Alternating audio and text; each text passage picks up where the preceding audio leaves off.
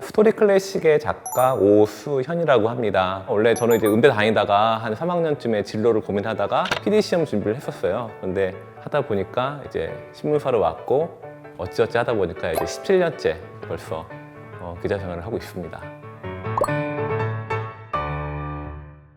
그 예술을 감상할 때 이제 저는 두 가지의 감상법이 있는 것 같아요. 첫 번째는 이제 그 작품 그 자체에 집중을 하는 거죠. 사실 예술 작품이라는 게 그 자체로 절대성이 있습니다. 그 작품의 배경이 뭘까, 그 의도가 뭘까, 이것이 무엇을 표현하는 걸까라는 어떤 그런 정형화된 답안이 없이 그 자체를 내가 갖고 그 작품 자체가 갖고 있는 힘을 느끼고 나만의 어떤 감상, 감정을 갖는 거죠. 그리고 두 번째로 또 다른 감상법은 작품을 만든 작가, 사람을 이해하는 겁니다. 그 작품에 녹아들어 있는 사람들의 이야기를 이해하면 작품을 굉장히 깊게 이해할 수 있거든요. 예를 들면 쇼팽은 굉장히 부드럽고 굉장히 섬세하거든요. 근데 이것은 쇼팽의 어린 시절의 그런 기질, 성격, 그리고 굉장히 좀 허약했던 신체, 아팠던 그런 뭐 여러 가지 이야기들을 이해하면 굉장히 이해가 되거든요. 또 우리 브람스의 음악을 들으면 굉장히 좀 무겁고 진중하고 좀 고독한 그런 정서가 있어요. 근데 이것도 브람스의 개인적인 삶이 어땠는지, 좀 평생 독신이었고 굉장히 여러 번 사랑에 실패했던 그 이야기가 있습니다. 그런 이야기들을 알면 왜 이렇게 브람스의 음악이 좀 쓸쓸한 느낌이 들지? 라는 데 좀 답을 찾을 수가 있는 거죠. 사실 뭐 어떤 음악이 너무 좋았다거나 어떤 그림이 좋았다, 어떤 소설이 좋았다라고 하면은 당연히 우리가 그 작품을 만든 작가가 누구인지 관심을 갖게 되잖아요. 어릴 적에 저도 이제 매일 듣던 그 라디오 프로그램 중에 이문세의 별이 빛나는 밤에라는 프로그램이 있었습니다. 근데 여기서 키스 자렛이라는 그 재즈 피아니스트의 마이송이라는 굉장히 대표곡인데, 이 곡을 제가 처음 들었었는데 너무 좋고 도대체 이 사람이 누구일까? 그래서 언제 태어났지? 어디에서 태어났지? 언제부터 피아노를 배웠을까? 어느 학교를 졸업했고 결혼을 누구랑 했지? 다 이런 게 궁금한 거예요. 근데 당시에는 이제 90년대 초반이기 때문에 인터넷이 없잖아요. 레코드 가게에 가가지고 막 음반도 모으고, 그 음반 이제 속지에 그런 정보가 있어요. 평론가들이 써놓은 그 음악인에 대한 이야기도 있고, 음악 잡지 과호로 막 보면서 거기에 제가 좋아하는 아티스트가 있으면 그 이야기를 읽고, 그렇게 하다 보니까 그 음악이 저한테는 아직도 굉장히 특별하고 의미 있게 남아있는 음악들이에요. 클래식 음악도 마찬가지입니다. 그 작곡가를 깊게 이해하는 것이 그 음악이 내 삶에 이렇게 연결되기 위한 필수적인 과정이죠. 왜냐하면은 그 삶의 궤적에 대한 이해가 있고, 또 어떤 성격이었는지, 어떤 삶의 질곡이 있었는지를 아는 것이 그 작곡가의 음악을 일관되게 관통한 어떤 특징이거든요. 그걸 이해하는 게 굉장히 중요한 것이고요.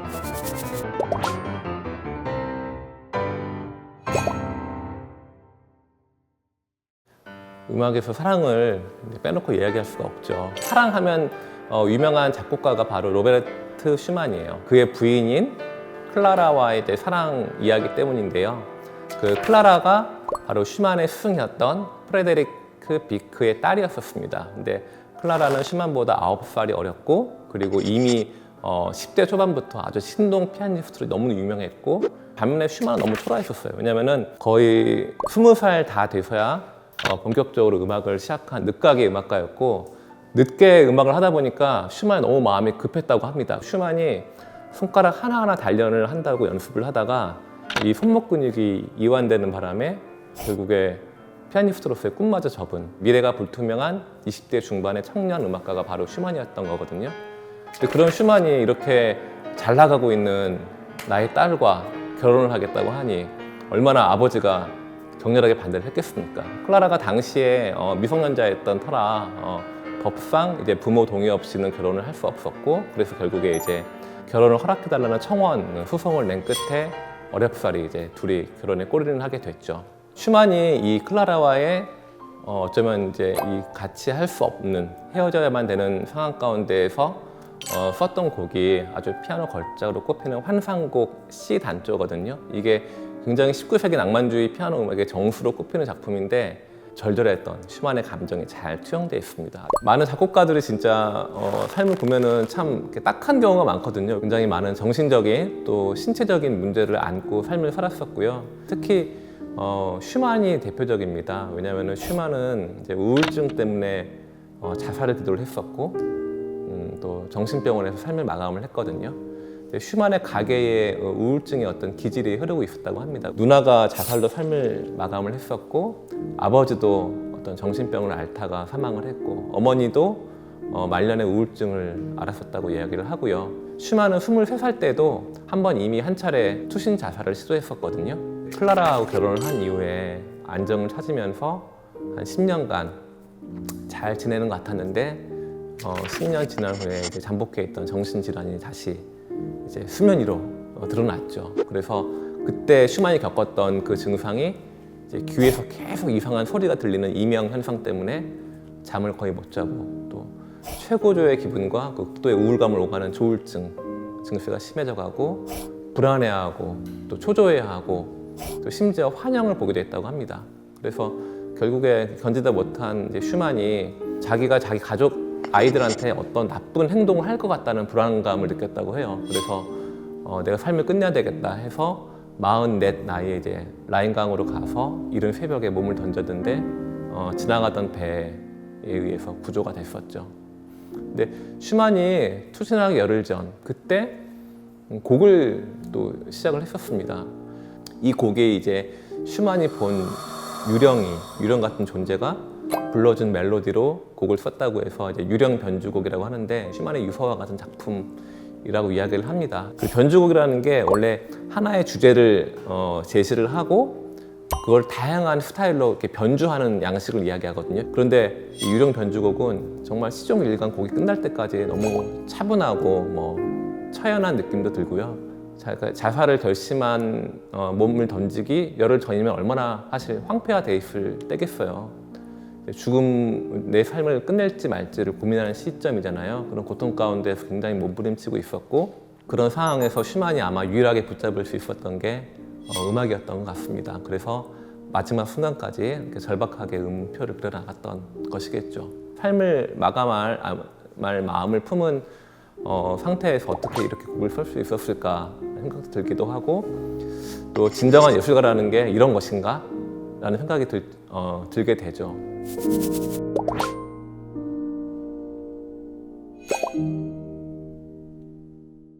음악가들도 친구가 있죠. 낭만주의 시대라고 하는 19세기에 들어서 역사 이름을 남긴 음악가들이 동시대에 한꺼번에 등장을 합니다.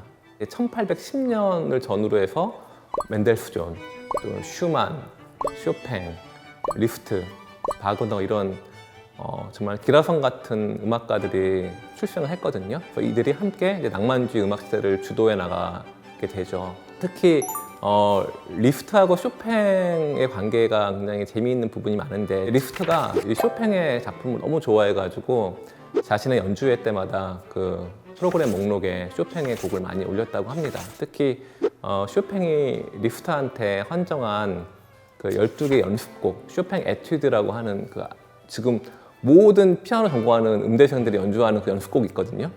그 연습곡을 리스트한테 헌정을 했었어요. 근데 이 연습곡을 리스트가 굉장히 즐겨 연주를 했는데, 이 중에 12번이 혁명이라고 합니다. 근데 그 혁명이라는 작품 굉장히 딱 들으면 아실 수 있는 곡인데, 이게 왼손 연습을 위한 곡이거든요. 근데 쇼팽 에튜드가 정말 그 자체로 잘 연주하는 것도 굉장히 힘든 난이도가 높은 곡인데, 리스트는 이제 이걸로 만족할 수 없는 거죠. 난 최고니까, 난 우주 최고의 피아니스트니까. 그래서 한 손으로 도와 도를 치고 레와 레를 치는 그 옥타브로 연주하는 그런 그 신기를 선뱄다고 합니다. 사실 쇼팽도 당대 최고의 피아니스트였는데, 리스트가 내 곡을 나보다 더 잘 연주한다고 말할 정도로 사실 리스트의 연주력을 좀 높이 샀었고요. 쇼팽이 리스트한테 보낸 편지를 보면은 쇼팽이 정말 피아노에 관한 한 리스트를 정말 부러워했던 것 같아요. 왜냐면은 그 글을 보면 이런 게 있거든요. 나는 정말 그 군중을 보면은 겁이 나고 그들의 숨소리 들으면 내가 숨이 막힐 것 같고, 그리고 그 눈길을 보면은 내가 마비되는 것 같은데 너는 정말 대중 연주에 잘 맞는 사람이지, 뭐 이렇게 쓴 편지가 있어요. 그 리스트의 어떤 그런 담대함, 그리고 관객을 압도하는 그런 능력이 쇼팽한테는 이제 없었던 것이고, 그걸 이제 부러워했던 것이죠. 또 재밌는 게 쇼팽이 그렇게 리스트를 높게 평가하면서도 또 약간 자기 한 수 아래로 보는 그런 또 굉장히 그런 모습이 있었거든요.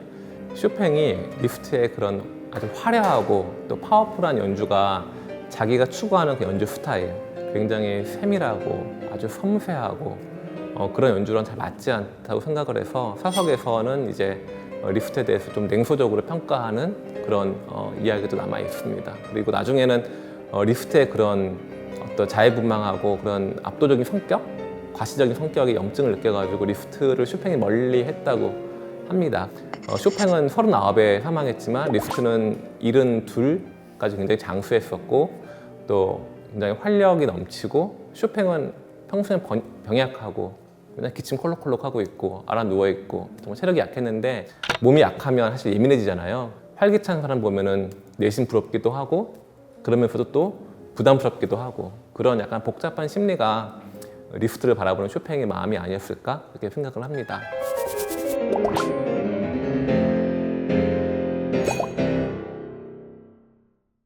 중고등학교 때 음악 시간에 배웠던 놀람교향곡 있잖아요.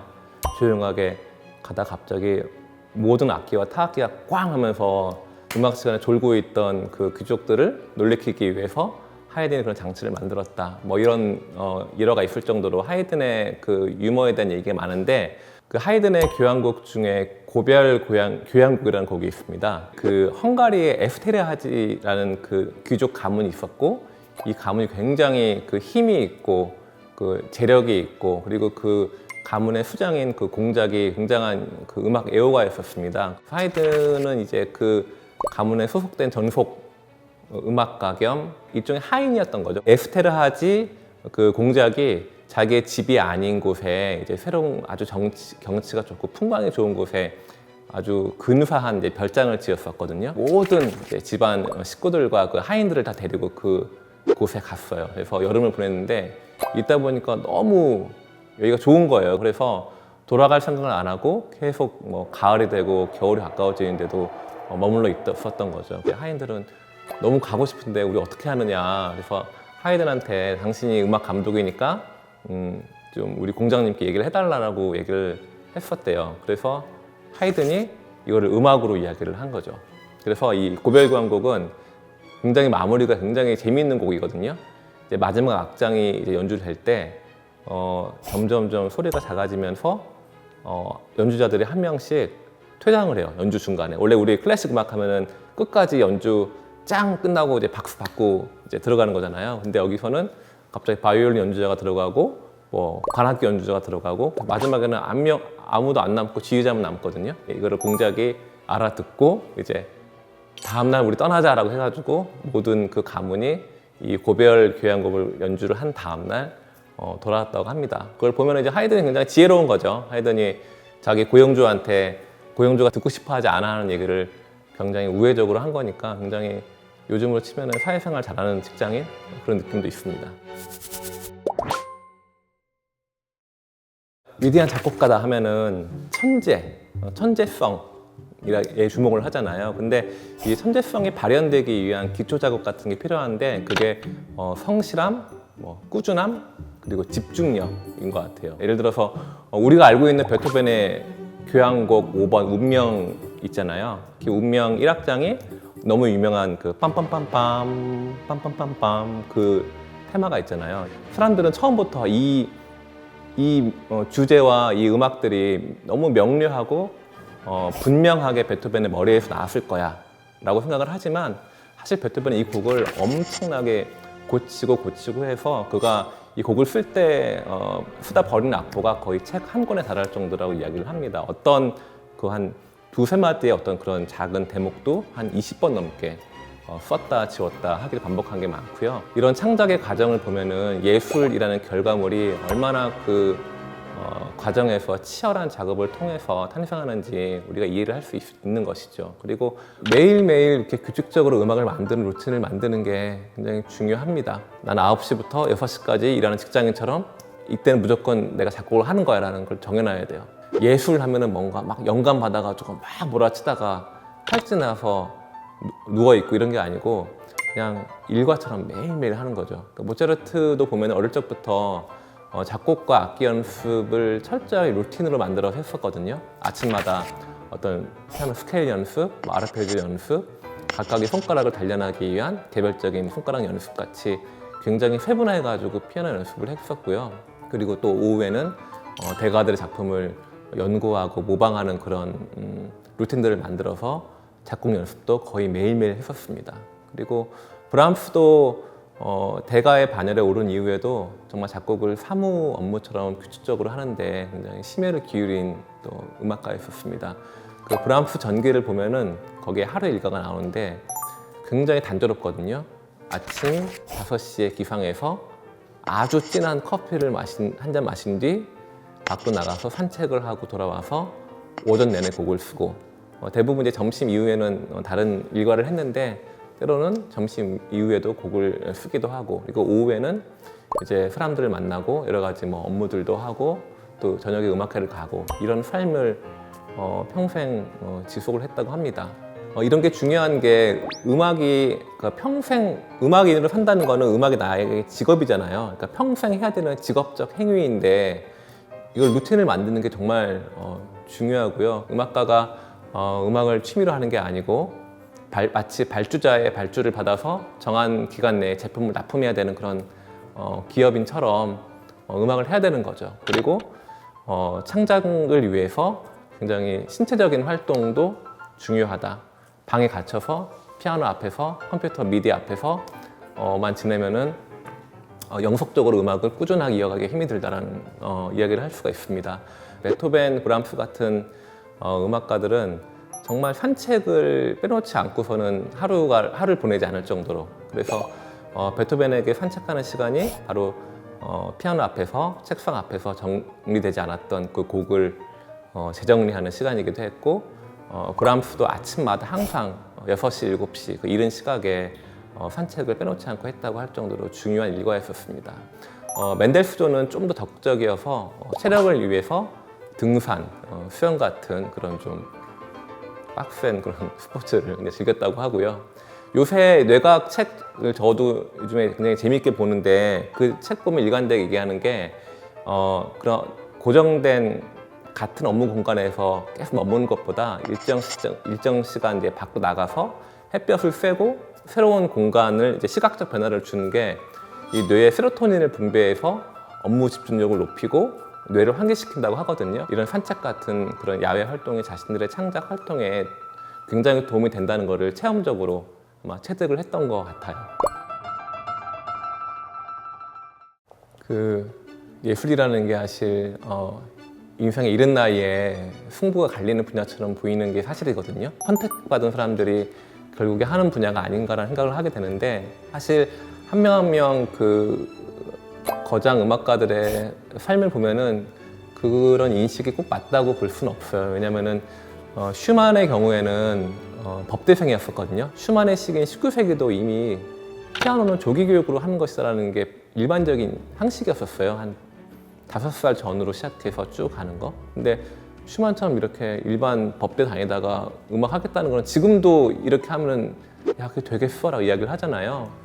그 정도로 슈만이 음악가로 시작한 시기가 늦었다는 거죠. 또 베를리오즈는 이제 프랑스 작곡가인데 관현악 기법에 관한 정말 최고의 작곡가입니다. 베를리오즈는 이제 의대에 진학했었는데 의대 다니다가 부모의 반대를 무릅쓰고 음악가로 전향을 해서 성공을 했죠.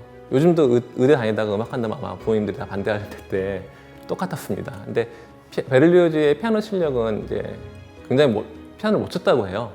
오히려 플룻을 좀 잘 불고 그러니까 베를리오즈도 뭐 조기 교육으로 이제 어릴 적부터 음악 교육, 피아노 교육 받으면서 다져진 그런 영재 코스를 밟은 게 아니잖아요. 그런데도 베를리오즈의 환상교향곡 같은 곡은 정말 최고의 작품 중 하나이고, 지금도 음대에서 작곡가 관현악법 시간에는 그 베를리오즈의 환상교향곡이 가장 꼭 봐야 되는 어떤 그런 텍스트 같은 역할을 합니다.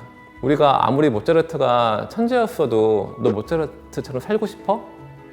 너 천재처럼 살다가 30대 중반까지 불살하다가 세상을 떠날래? 음악밖에 모른 채? 라고 하다 보면은 우리가 그렇게 살고 싶지 않잖아요. 음악하면서 우리가 좀 길게 또 즐겁게 행복하게 살고 싶잖아요. 그래서 너무 조급해하지 말고 불꽃처럼 불살하다가 짧게 끝나는 인생 아니니까 남들보다 좀 천천히 가더라도 우리 인생 길게 보고 꾸준하게 정진하다 보면은 어느새 자신만의 음악을 만들 수 있을 거라고 생각을 합니다.